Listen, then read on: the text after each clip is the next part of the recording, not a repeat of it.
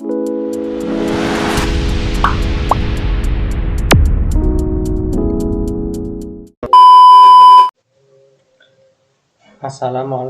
warahmatullahi wabarakatuh. Perkenalkan, nama saya Yusuf Margono dengan NIM 2611421024 dari program studi Sastra Jawa 2021 Universitas Negeri Semarang. Pada kesempatan kali ini, saya akan membahas mengenai cara bermedia sosial dengan bijak agar tidak terjerat dalam UU ITE. Sebelum membahas mengenai cara bermedia sosial dengan bijak, kita harus tahu dulu apa sih media sosial itu. Media sosial dapat dipahami sebagai suatu platform yang menyediakan fasilitas untuk melakukan aktivitas sosial media bagi setiap penggunanya. Beberapa aktivitas yang dapat dilakukan di media sosial, misalnya melakukan komunikasi atau interaksi hingga memberikan informasi atau konten berupa tulisan, foto, dan video. Berbagai informasi dalam konten yang dibagikan tersebut dapat terbuka untuk semua pengguna selama 24 jam penuh. Untuk mempermudah pengertian media sosial, berikut ini terdapat pendapat para ahli tentang media sosial. Yang pertama, menurut B.K.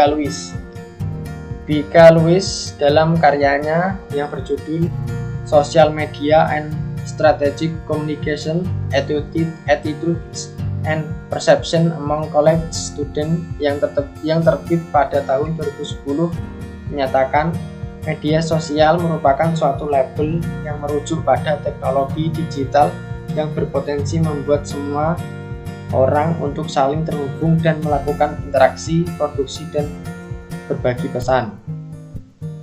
Menurut Chris Brogan dalam bukunya yang berjudul Social Media 101 Tactics and Tips to Develop Your Business menyebutkan bahwa media sosial adalah suatu perangkat alat komunikasi yang membuat berbagai kemungkinan untuk terciptanya bentuk interaksi gaya baru. Lalu, ada fungsi media sosial.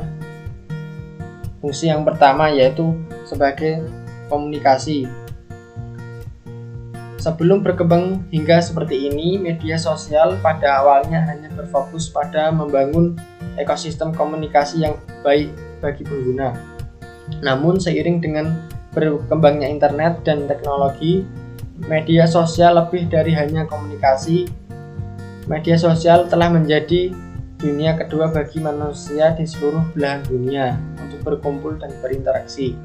Media sosial telah berhasil membangun komunikasi yang tanpa batasan waktu dan geografi. Lalu fungsi yang kedua ada branding. Branding sendiri adalah cara seseorang dalam membangun sebuah citra di mata banyak orang. Untuk melakukan branding, pengguna biasanya memiliki cara yang unik dan khas untuk mendesain akun media sosial sehingga menarik untuk dilihat bagi pengguna lain.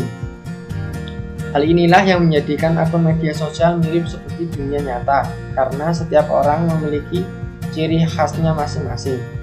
Lalu fungsi yang ketiga sebagai tempat usaha. Fungsi dari media sosial adalah sebagai wadah untuk melakukan usaha atau bisnis. Setelah berhasil menyediakan komunikasi dan branding, sosial media perlahan berkembang sehingga membuat setiap penggunanya dapat membangun sebuah usaha dalam jaringan atau online. Sebagai tempat yang terbuka selama 24 jam, media sosial terbukti sangat memudahkan pengguna untuk membangun suatu bisnis secara maya. Hal ini diprediksi memiliki banyak potensi untuk menjangkau lebih banyak orang dibandingkan usaha yang hanya mengandalkan dunia nyata. Lalu fungsi yang keempat yaitu sebagai marketing. Fungsi media sosial adalah untuk melakukan marketing atau pemasaran. Sebagai platform yang hampir selalu digunakan oleh manusia, sekarang ini media sosial berhasil menciptakan layanan yang memudahkan pebisnis untuk mengandalkan dan menjangkau lebih banyak konsumen. Cara ini terbukti efektif untuk meningkatkan keuntungan dan memudahkan pengguna untuk mendapatkan kebutuhannya.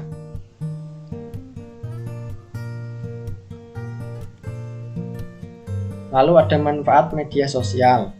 Yang pertama, sebagai sarana belajar, mendengarkan, dan menyampaikan. Yang kedua, sebagai sarana perencanaan, strategi, dan manajemen. Yang ketiga, sebagai sarana dokumentasi, administrasi, dan integrasi. Yang keempat, sebagai sarana kontrol, evaluasi, dan pengukuran. Lalu ada pengertian UU ITE. Apa sih UU ITE itu? UU ITE atau Undang-Undang Informasi dan Transaksi Elektronik adalah undang-undang yang mengatur mengenai informasi elektronik dan juga transaksi elektronik. Informasi elektronik di sini adalah sebagai satu ataupun sekumpulan data elektronik, tapi tidak terbatas pada tulisan saja, yang mana termasuk juga suara, peta, gambar, tantangan, elektronik data in-charge atau EDI, foto, surat elektronik atau email, telegram, huruf, tanda, simbol, kode akses, ataupun perforasi yang sudah diolah dan mempunyai arti serta bisa dipahami oleh orang-orang yang bisa memahaminya. Sementara transaksi elektronik merupakan perbuatan hukum yang dilakukan dengan cara menggunakan komputer, jaringan komputer, dan juga media elektronik lain.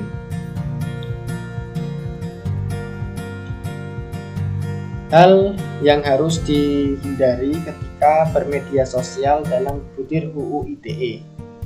Yang pertama, tidak boleh adanya penghinaan atau pencemaran nama baik sebagaimana tercantum dalam pasal 45 ayat 3 UU ITE. Yang kedua, tidak boleh melanggar norma kesusilaan sebagaimana tercantum dalam pasal 45 ayat 1 UU ITE.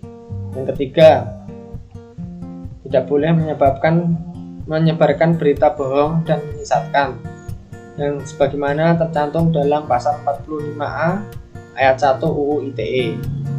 Lalu yang keempat, tidak boleh menyebarkan kebencian atau permusuhan individu atau kelompok masyarakat tertentu berdasarkan sara sebagaimana tercantum dalam pasal 45A ayat 2 UU ITE. Berikut ini cara bermedia sosial dengan bijak. Yang pertama, selalu jaga etika dan ingat UU ITE, no hoax, apalagi fake news. Sebelum mengunggah suatu informasi atau konten, baik berupa tulisan, foto, suara, atau video, maka harus disadari betul bahwa konten yang diunggah bisa dilihat oleh publik. Oleh sebab itu, kita harus lebih bijak dalam memilih jenis informasi yang akan dibagikan. Yang kedua, membatasi penggunaan media sosial. Teknologi seperti media sosial memang didesain untuk bisa membantu orang-orang berinteraksi dengan jarak jauh. Namun, bukan berarti harus terus-menerus menggunakan sosial media setiap saat. Hal ini tentu harus dihindari dengan cara menggunakan sosial media sesuai kebutuhan saja. Cara bijak menggunakan sosial media yang tidak kalah penting adalah dengan membatasi penggunaan sosial media agar memiliki waktu untuk melakukan banyak hal lain seperti bekerja, memasak, dan sebagainya. Yang ketiga, filter akun-akun yang diikuti. Ikutilah akun-akun yang bermanfaat, menghibur, atau kredibel yang justru bisa menambah wawasan kita.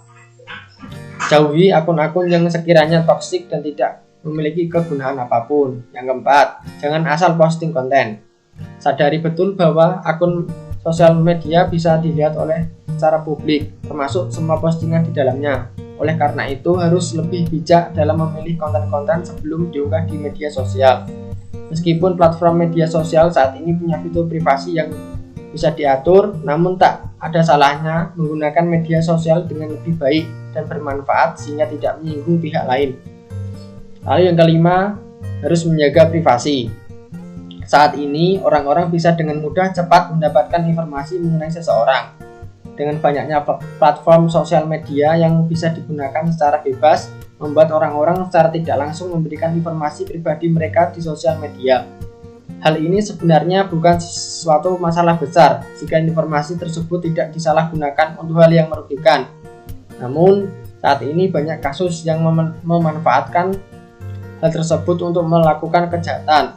Oleh karena itu, diperlukan cara bijak menggunakan sosial media dengan berhati-hati dalam menggunakan sosial media, terlebih saat membagikan informasi pribadi, yang mana bisa dilihat oleh ribuan bahkan jutaan orang.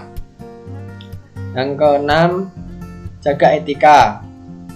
Media sosial memang memberikan kebebasan bagi para penggunanya, tetapi bukan berarti bebas pula dalam beretika.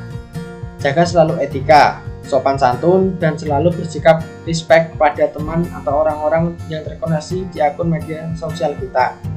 Hindari penggunaan kata-kata kasar atau yang mengandung unsur sara. Hormatilah orang lain sebagaimana kita ingin dihormati. Demikian pembahasan mengenai cara bermedia sosial dengan bijak agar tidak terjerat dalam UU ITE. Semoga bermanfaat. Wassalamualaikum warahmatullahi wabarakatuh.